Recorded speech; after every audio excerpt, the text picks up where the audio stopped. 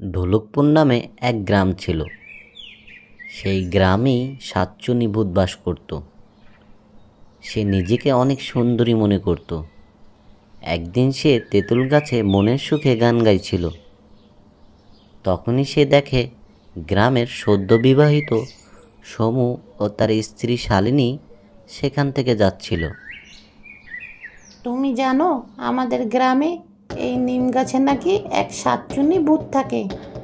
তাই আমাদের গ্রামে সন্ধ্যার পর এই পথ দিয়ে কেউ হাঁটে না। কি যাতা বলছো এসব? ভূত বলে কিছু হয় নাকি? এগুলো সব লোকেদের মন গড়া গল্প। তখনই সাতচুন্নি ভূত নতুন বউকে দেখে তারও মনে মনে বউ হওয়ার ইচ্ছা হয়। এই গ্রামে আমার থেকে সুন্দরী কেউ আছে নাকি? সমুর ঘরের নতুন বউ আমিই হব।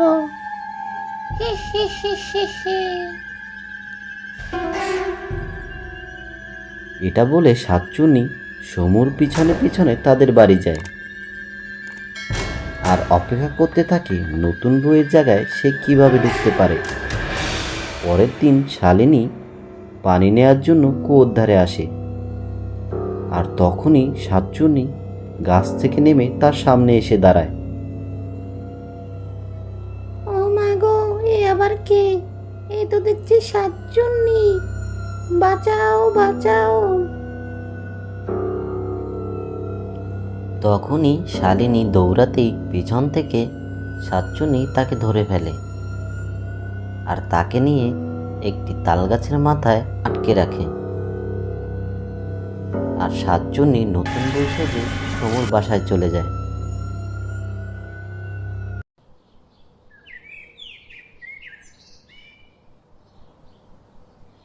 কি হলো? কোথায় গিয়েছিলে তুমি? এই তো একটু বাইরে গিয়েছিলাম। তুমি খাবে না? আমি পরে খাবো, তুমি খেয়ে নাও। সমুর খাওয়া শেষ হলে চলে যায়, আর সে তখনই দেখতে পায় শালিনী যেন কেমন খাচ্ছে। নিমিষেই সকল খাবার সে শেষ করে দিচ্ছে। তার বিষয়টা কেমন যেন অবাক লাগে। তাই সে তার মার কাছে গিয়ে সব খুলে বলে, আর তার মা জিনিসটা বুঝতে পারে। তাৎক্ষণিক তারা দুজন এক সাধু বাবার কাছে যায়। তার সাধু বাবাকে সকল ঘটনা খুলে বলে। তোমাদের কথা শুনে মনে হচ্ছে তোমাদের বাড়ির মেয়ের উপরে কোনো সাতচুন্নি ভর করেছে। কি বলেন সাধু বাবা? আমি তাহলে এক সাতচুন্নির সাথে ঘর করছি? এখন কি উপায়? আমি তোদের একটা পানি দিচ্ছি। এই পানি সাতচুন্নির দিকে ছিটিয়ে দিলেই ও তোদের জীবন থেকে পালাতে বাধ্য হবে, আর তোর বউও তুই ফিরে পাবি। পানি নিয়ে সমু ও তার মা বাড়ি চলে আসে, আর সাধু বাবার কথা মতন সাতচুন্নির গায়ে পানির ছিটা দিয়ে দেয়। আর সাতচুন্নি যন্ত্রণায় চিল্লাতে থাকে। ছেড়ে দাও আমাকে, ছেড়ে দাও। এই পানি আমাকে চালিয়ে দিচ্ছে। ছেড়ে দাও, ছেড়ে দাও। ঠিক আছে, আগে তুমি শালিনীকে ফিরিয়ে নিয়ে আসো, আর কথা দাও এই গ্রামের ত্রিসীমানায় আর কোনোদিন ফিরবে না।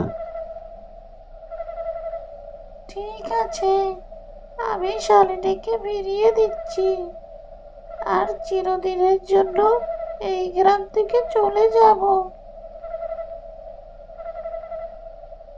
তখনই সাতচুন্নি শালিনীকে ফিরিয়ে আনে, আর এই গ্রাম থেকে চিরদিনের জন্য চলে যায়। তারা দুজনে আবারও সুখে শান্তিতে বসবাস করতে শুরু করে। গ্রামে সন্ধ্যার পর এখন হাঁটলেও সেই নিম গাছ তলায় এখন আর কোনো সমস্যা হয় না।